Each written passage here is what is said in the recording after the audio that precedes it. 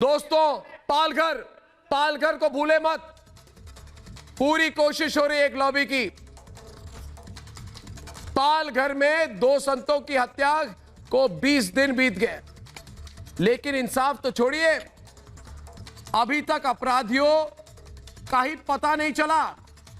पूरा ड्रामा हो रहा है इधर महाराष्ट्र में, और महाराष्ट्र की सरकार शायद सोच रही है कि कुछ दिन में लोग भूल जाएंगे। सोनिया गांधी अब तक कुछ नहीं बोली है। सोनिया गांधी को लग रहा होगा कि मैं कि कई दिनों में ये पूरी बात जो है हार कर बैठ जाएंगे लोग। आज मैं आप लोगों की गलतफहमी दूर करने वाला हूं। हम हारने वाले नहीं हैं, और ना ही संत समाज हारेगा, और ना ही ये देश हारेगा। ये लड़ाई अगर लंबी चलनी है तो चले, लेकिन इंसाफ तो हम लेकर रहेंगे, क्योंकि ये सिर्फ संतों की नहीं, ये पूरे देश के सम्मान की लड़ाई है। इसलिए पूछता है भारत कि पालघर मामले की जांच में क्या हो रहा है। सोनिया सेना सरकार इस देश से क्या छिपा रही है? क्या सिर्फ 35 पुलिस वालों का ट्रांसफर ही संतों का इंसाफ है? साजिश की बात क्यों नहीं इन्वेस्टिगेट हो रही? और सबसे बड़ा सवाल, बड़े खुलासे होने वाले हैं पालघर में दोस्तों। सोमवार मंगलवार तक बहुत बड़े खुलासे होने वाले हैं। सबका नाम निकल के आ जाएगा, सच्चाई निकल के आ जाएगी। करे जो करे सोनिया गांधी, क्या संतों की हत्या के बाद इंसाफ के मांग को भी मारने की कोशिश हो रही है? यह सवाल मैं नहीं, मेरे साथ पूछता है सारा भारत। 16 अप्रैल को पालघर में 2 संतों की हत्या हुई। कैलेंडर पलट गया, मई के 7 दिन बीत रहे हैं, लेकिन साधुओं के इंसाफ का रास्ता 1 इंच भी आगे नहीं बढ़ा है। हाई कोर्ट, सुप्रीम कोर्ट, संत समाज सबने महाराष्ट्र सरकार से सवाल किया, जांच की जानकारी मांगी, लेकिन जांच के नाम पर 35 पुलिस वालों के तबादले के अलावा आज तक कुछ नहीं हुआ। क्या संत समाज मान ले कि संतों की हत्या के बाद उनके इंसाफ के हक की भी हत्या हो रही है? पालघर में जो दुर्भाग्यपूर्ण संतों की हत्या हुई, इस बात को आज 21 दिन पूर्ण हुए। सवाल ये उठता है, न महाराष्ट्र सरकार इसकी स्वयं को जांच कर रही है, ना ही महाराष्ट्र सरकार ये जांच सीबीआई को सौंप रही है। इसका कारण क्या? साधुओं की हत्या पर सरकार चुप है, सोनिया गांधी चुप हैं। साधुओं के इंसाफ के नाम पर कुछ गिरफ्तारियां हुई, उद्धव सरकार ने इसे ही साधुओं के लिए इंसाफ मान लिया। हत्यारे आज भी घूम रहे हैं, और संत अपने साधुओं को इंसाफ दिलाने के लिए भटक रहे हैं। ऐसे में सवाल है कि कौन सा कानून है जो आरोपियों के साथ है और संतों के खिलाफ?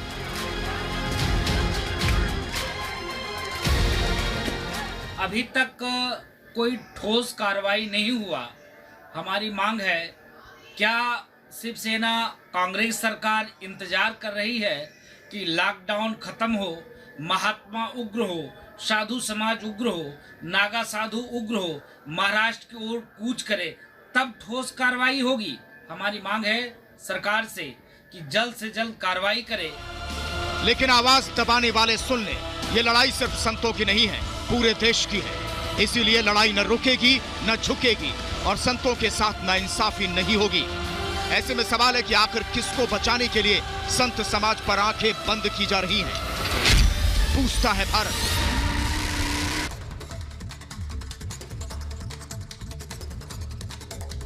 देखिए, आज प्रोग्राम पर श्वेता शालिनी बीजेपी की है, गौरव भाटिया भी हमारे साथ हैं, स्वामी दीपांकर है, स्वामी प्रज्ञानंद जी महाराज, संजय गुप्ता और संजय चड्ढा। पहला सवाल मैं करूंगा स्वामी दीपांकर से कि स्वामी दीपांकर जी, 20 दिन हो गए, इनको शायद लग रहा है कि अब भूल गए, मगर हमारी इन्वेस्टिगेशन पूरी चल रही है, और मैं आप सबको आश्वस्त कर दूं कि रिपब्लिक भारत चंद दिनों में बड़े बड़े खुलासे करने वाला है। सबसे बड़ा खुलासा तो ये होना चाहिए कि वहाँ पे कई ऐसे कट्टरपंथी वामपंथी ग्रुप है, अपने आप को कट्टरपंथी वामपंथी कहते हैं, और कहते हैं आर्म रेवोल्यूशन वहाँ पे होगा। कहते हैं वहाँ पे भारत सरकार की नहीं चलती, उनकी चलती है। उनके रोल पर कोई इन्वेस्टिगेशन नहीं हो रहा है स्वामी दीपांकर जी। मीडिया पूरी इन्वेस्टिगेशन कर रही है, मीडिया को रोकने की कोशिश पूरी तरह से वो लोग कर रहे हैं, ड्रामा इनका चल रहा है। स्वामी दीपांकर जी, आप सीधी तौर से बताएं कि अगर ये इन्वेस्टिगेट नहीं करेंगे तो सीआईडी से दे दे, सीबीआई को। अपने से इन्वेस्टिगेट नहीं करेंगे और किसी और को भी करने नहीं देंगे। बेसिक है क्या? मैंने अर्णव पहले शब्द में कहा था, याद हो, जब आपसे कहा था कि भिक्षा के तौर पर आप इसको छोड़िएगा नहीं, इसको चलाइएगा, मुझे तभी मैंने कहा था, मुझे आज भी वो शब्द याद है कि पहले साधुओं के साथ निर्ममता और फिर उसके बाद खबर के साथ निर्ममता और आज खबर की जांच के साथ निर्ममता। मैं पूछना यह चाहता हूं कि स्वयं के स्वार्थ की पूर्ति के लिए राष्ट्र और सनातन संस्कृति की उपेक्षा कब तक? क्या हमें अपनी संस्कृति और सत्य के साथ जीने का अधिकार नहीं है? और अगर जो अधिकार नहीं है तो किस प्रकार का देश और राष्ट्र का हम लोग निर्माण कर रहे हैं? जिस देश में और राष्ट्र में संस्कृति ही जीवित नहीं रह सकती, उस राष्ट्र में सन्यासी जीवित कैसे रह सकता? बात ये भी है कि सीबीआई को जांच क्यों नहीं देते, सीबीआई से जांच क्यों नहीं कराते? उत्तर प्रदेश में कमलेश तिवारी हत्याकांड में, एक मिनट, उत्तर प्रदेश में कमलेश तिवारी हत्याकांड में शिवसेना ने क्या कहा था संजय गुप्ता? सीबीआई को जांच दो, सीबीआई करेगी, सीबीआई करेगी। हाँ, उदयपुर में रमेश पटेल हत्याकांड में शिवसेना ने क्या बोला था? अरे भाई सीबीआई करेगी, सीबीआई करेगी, सीबीआई करेगी। हाँ, और उसके बाद बालाघाट की खैरी में पटाखे फैक्ट्री की विस्फोट में शिवसेना ने क्या बोला था? अरे भाई सीबीआई करेगी, सीबीआई करेगी, सीबीआई करेगी। तो अगर सीबीआई करेगी तो बताइए, पूछता है भारत संजय गुप्ता, 2 संतों की हत्या पर शिवसेना क्यों बोल रही है सीबीआई नहीं करेगी, नहीं करेगी, नहीं करेगी? किस बात से डरे आपको? पूछता है भारत। श्वेता शालिनी बीजेपी से ने कहा बोला कि सीबीआई, किस बात से डरते हैं बता दीजिए। ने कहा बोला कि सीबीआई क्या कब तक छिपाएंगे? तो सीबीआई नहीं करेगी तो बताइए। अमित शाह साहब ने खुद विश्वास जताया बोले हम करेंगे। अमित शाह साहब ने बोलिए, श्वेता शालिनी, अमित शाह साहब, श्वेता शालिनी हमारे साथ है। श्वेता शालिनी क्या बोला? श्वेता शालिनी जांच की नहीं, अमित शाह साहब खुद उस पर नजर बनाए हुए हैं। श्वेता अमित शाह साहब खुद उस पर नजर बनाए हुए हैं और उनका पूरा विश्वास है महाराष्ट्र सरकार पर। आवाज नहीं आ रही। अमित शाह साहब का उस पर विश्वास है तो आपको क्यों अविश्वास है? आवाज आ रही है मेरी? उत्तर प्रदेश के मुख्यमंत्री आदित्यनाथ जी को श्वेता शालिनी जी पर विश्वास है। आ रही है, बोलिए। अविश्वास कर रहे हैं।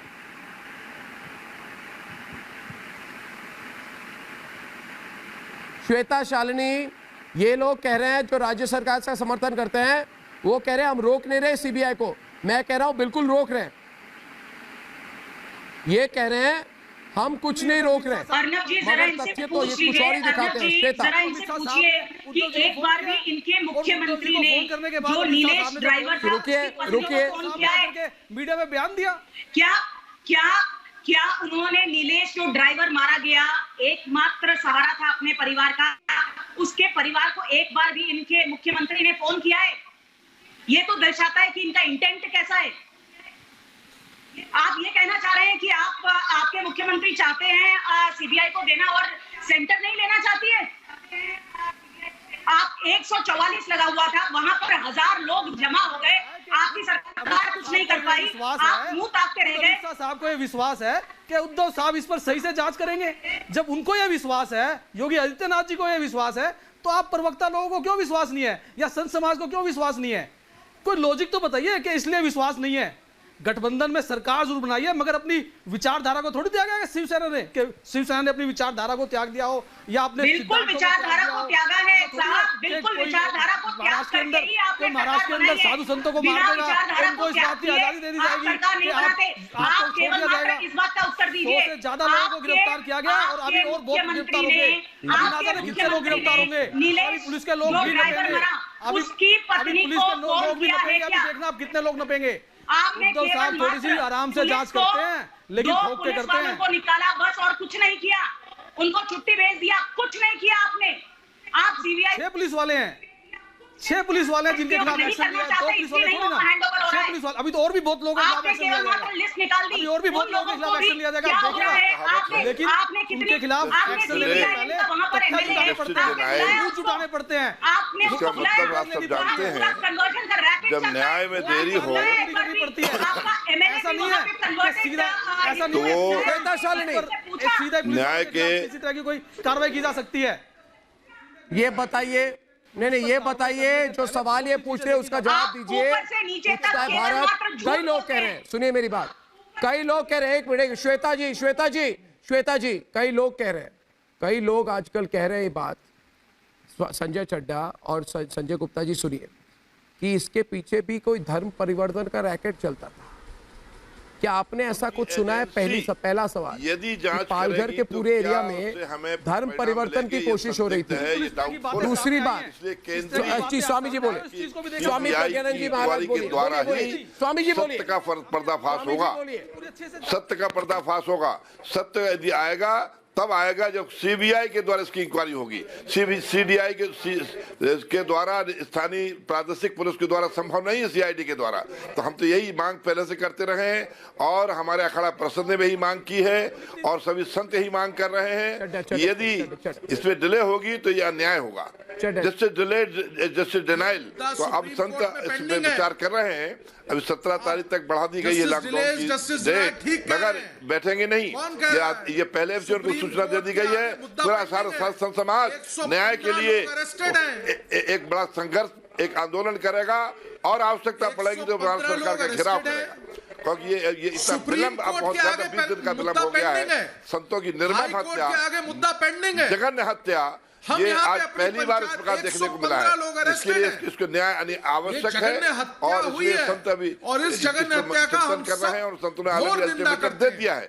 तो हम यही चाहेंगे सीबीआई से अविलंब जांच हो, तभी निष्कर्ष निकलेगा, तभी न्याय सामने आएगा, तभी लोगों को पता लग पाएगा कि इसके पीछे कोई हाथ था और संतों को इंसाफ में विलंब होगा तो ये अन्याय होगा। सत्य को आप दबा नहीं सकते, सत्य को आप परेशान तो कर सकते हो, दबा नहीं सकते हो। वो समय आ गया है, सत्य का उद्घाटन होगा और सत्य के उद्घाटन के लिए सीबीआई ही एकमात्र ऐसी एजेंसी है जिसके द्वारा ही हो पाए। 20 दिन हो गए हैं और अभी इसमें न्याय नहीं मिला है, तो इसके बारे में चिंतन करना चाहिए। सरकार को अविलंब लड़ना चाहिए। पहले भी हमारे संतों ने कहा था यदि सरकार निर्णय लेने में असमर्थ है तो केंद्र सरकार निर्णय लेगी। केंद्र सरकार, स्वामी जी और स्वामी दीपांकर, मुझे लग रहा है, एक मिनट सरकार स्वामी जी को बोलने दे प्लीज। हो जाती है स्वामी जी, संजय चड्डा एक मिनट लगाती। स्वामी जी और स्वामी दीपांकर, शालिनी, सब लोग स्क्रीन पे रहे। पिछले कई दिनों से बहुत तरह से दबाव करने की कोशिश कर रहे हैं और मुझे हर बार पूछा जाता है, स्वामी दीपांकर, आप इतने बड़े संत महात्मा स्वामी, इनको आप अपने प्रोग्राम पर क्यों लाते हो? तो मैंने कहा आपको तकलीफ क्या है? तो कहते इनको इन सब चीजों पर पॉलिटिकल बातें हैं, रिपब्लिक भारत, रुक जाइए, कहते रिपब्लिक भारत गलत कर रहा है। संजय चड्डा जी, आप सुनिए मेरी बात, चड्डा जी, ये लोग कहते हैं आप स्वामी संत महात्माओं को मत बुलाइए। आप एक दबाव रुकिए ना, वाड्रा कांग्रेस का नाम नहीं जानते क्या आप? एक वाड्रा कांग्रेस पार्टी किस पर दबाव लगाएगी? सोनिया गांधी। कौन डरता है सोनिया गांधी से? सुनिए मेरी बात, उनकी पार्टी के लोग उनकी बात नहीं सुनते। सुनिए, बोल रहे हैं आप। मैं ठीक है, मैं बोल रहा हूँ, आप क्या बोल रहे हैं? मैं सच के साथ हूँ। मैं ये कह रहा हूँ, मेरी बात सुनिए, हम सच के साथ। श्वेता, शालिनी, श्वेता जी एक मिनट, चड्डा जी एक मिनट। श्वेता, ये लोग कहते हैं कि सन्यासियों को टीवी पर मत लाइए। मैं इनको कहता हूँ, चड्डा जी धन्यवाद, एक मिनट जरा शांत हो जाइए। मैं इनको क्या कहता हूँ, स्वामी दीपांकर, श्वेता जी, मैं क्या कहता हूँ? मैं कहता हूँ कि सन्यासियों ने एक नहीं कई आंदोलन किए इस देश में। आजादी के लिए आंदोलन किया, गंगा के लिए आंदोलन किया, गौरक्षा के लिए आंदोलन किया। और एक हमारे देश की इतिहास ये बताती है कि हर जगह संतों की ही जीत हुई। तो सोनिया गांधी को पता है, श्वेता, कि जीत संतों की होगी, सोनिया की नहीं। जीत संत महात्माओं की होगी, सोनिया गांधी, एंटोनियो माइनो की जीत नहीं होगी। इसीलिए ये दबा रही है। मगर दूसरा मामला ये भी आता है, श्वेता, कि जो कट्टरपंथी वामपंथी दल है, गुट है, जो पालघर एरिया में बड़े इजीली ऑपरेट कर रहे हैं। मुझे बोला जाता है कि कांग्रेस के काल में इनको बड़ी समर्थन भी मिली। इन सब चीजों का अगर उजागर हो जाए तो मुझे लगता है वाड्रा कांग्रेस किसी चीज से डरती है कि कुछ निकल आएगा। इनमें से कितने लोगों के लिंक है कांग्रेस पार्टी के साथ? ये कट्टर वामपंथी और वाड्रा कांग्रेस के बीच में क्या लिंक है? ये क्या करते हैं? पिछले कई सालों से क्या करते आए हैं? कई ग्रुप से आपके नाम सुना होगा, अगर नाम निकल कर आ जाए तो ये सबका पर्दाफाश होने वाला है। इसलिए मुझे लगता है सोनिया गांधी, एंटोनियो माइनो डरी हुई हैं। श्वेता जी, ऐसा है अर्नब जी, सबसे पहले तो आपको घबराने की जरूरत नहीं है। इनके हाथ पर संतों का खून है और इसीलिए ये संतों को देखने से घबरा रहे हैं। आप बिल्कुल संतों की भाषा भी रखिए, आप इनकी बात भी रखिए, क्योंकि इनको न्याय देना ही है। इस देश, ये पूरा देश एक एक व्यक्ति उनकी खून तो आंसरेबल है और खासकर ये लोग। अब आपने जो बात उठाई वो मैं आपके इस चैनल पे बताना चाहूंगी। एकमात्र सीपीआईएम का जो एमएलए है वो उस क्षेत्र से आता है। क्या उसको बुलाया गया है वहां पर? क्या उससे कुछ प्रश्न पूछे गए हैं? जब 144 लगा हुआ था तो कैसे वहां के एमएलए के एकदम खास लोग जो सीपीआईएम कैडर में, जो आज कैडर में काम करते हैं, जो वहां के कार्यकर्ता हैं, वर्कर्स हैं, वो वहां आते हैं, हमारे वीडियो पे दिखते हैं, सोशल मीडिया पे दिखते हैं, फिर भी उनको पकड़ा नहीं जा रहा है, उनके अगेंस्ट केस नहीं बनाया जा रहा है। क्या उनको कस्टडी में लेकर अच्छी तरह सवाल जवाब किया गया? वहां पर 20 पुलिसकर्मी थे, क्यों उन्होंने हवा में फायर नहीं किया?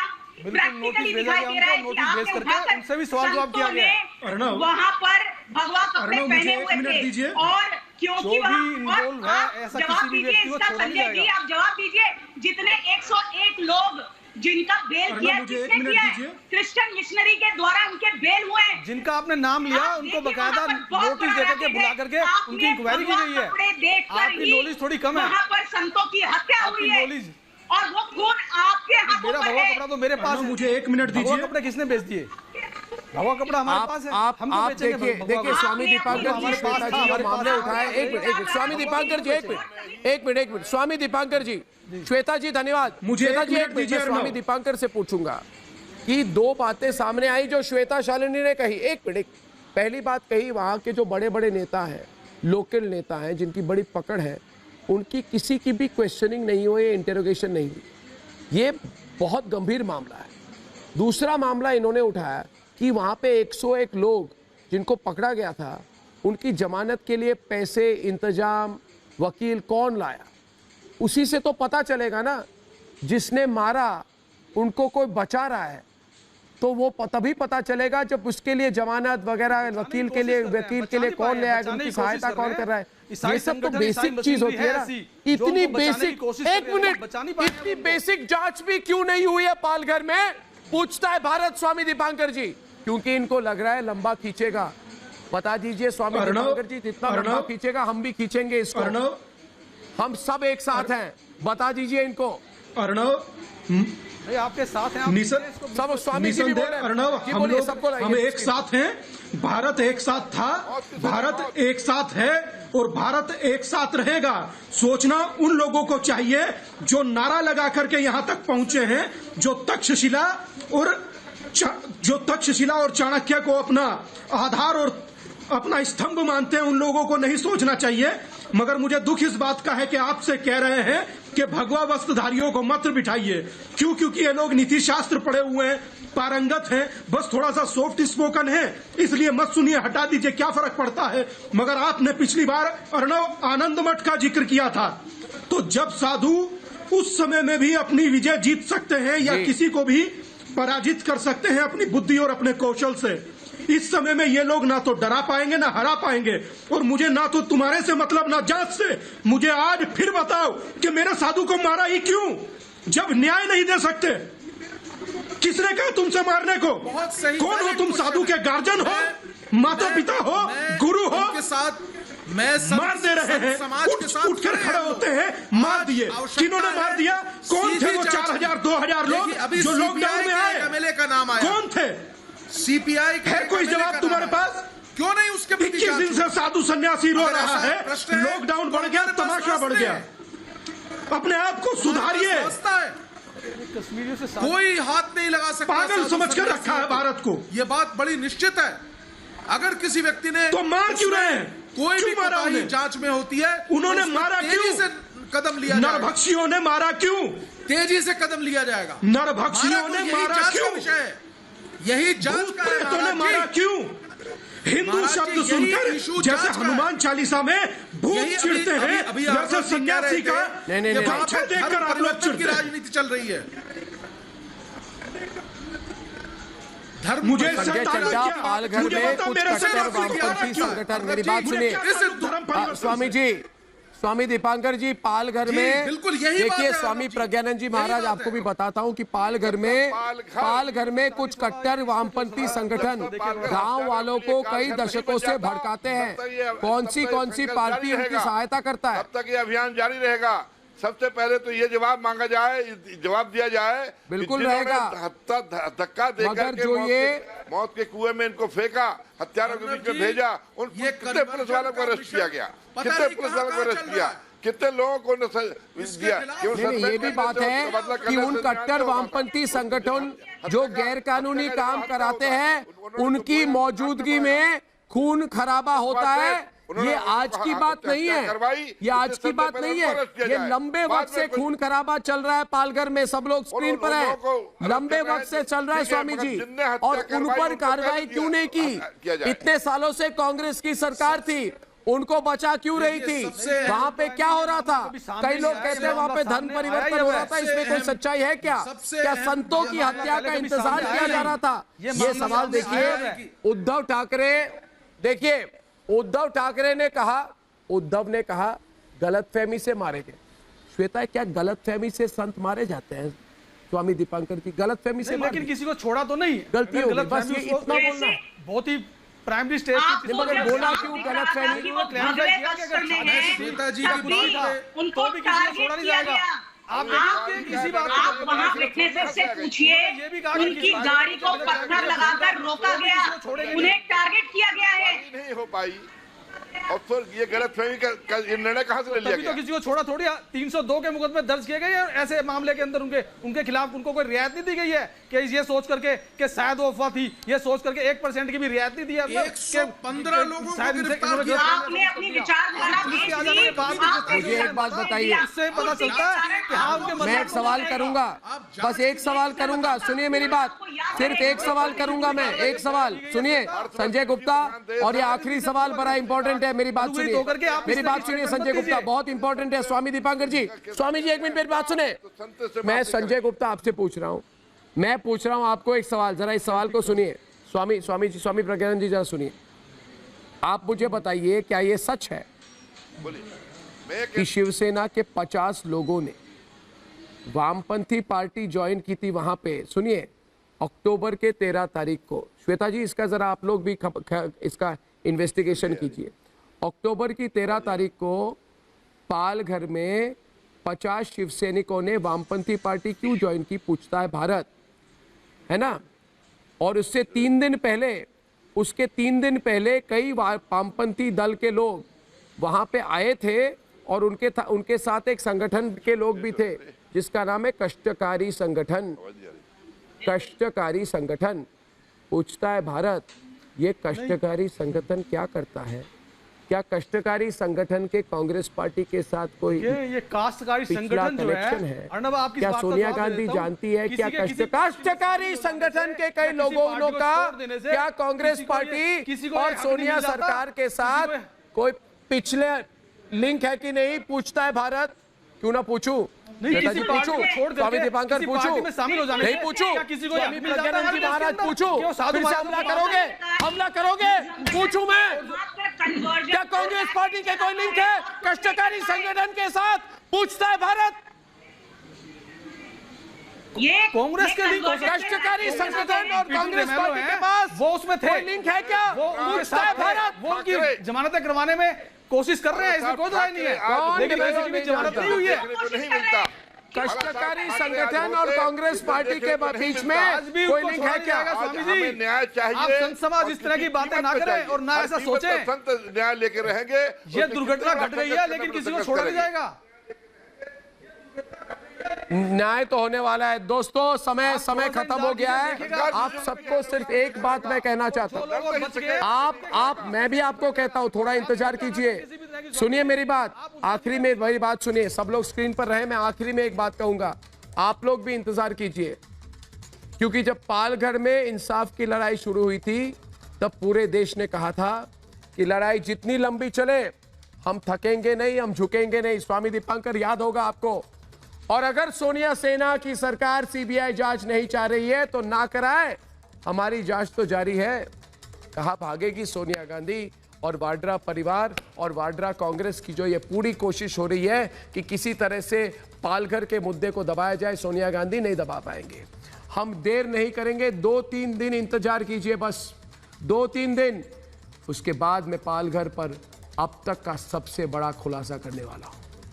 मैं वो पर्दाफाश करूंगा जो एक एक गुनहगार को देश के सामने कर देगा। देशवासी, आप सिर्फ मेरे साथ बने रहिए। आपका साथ है तो मैं एक नहीं 100 सबूत लेकर वापस आऊंगा, सच बता दूंगा देश को। सोनिया गांधी, अब तो आप कुछ नहीं कर सकती। कल शाम 7 बजे आपसे फिर मिलूंगा, तब तक के लिए नमस्कार।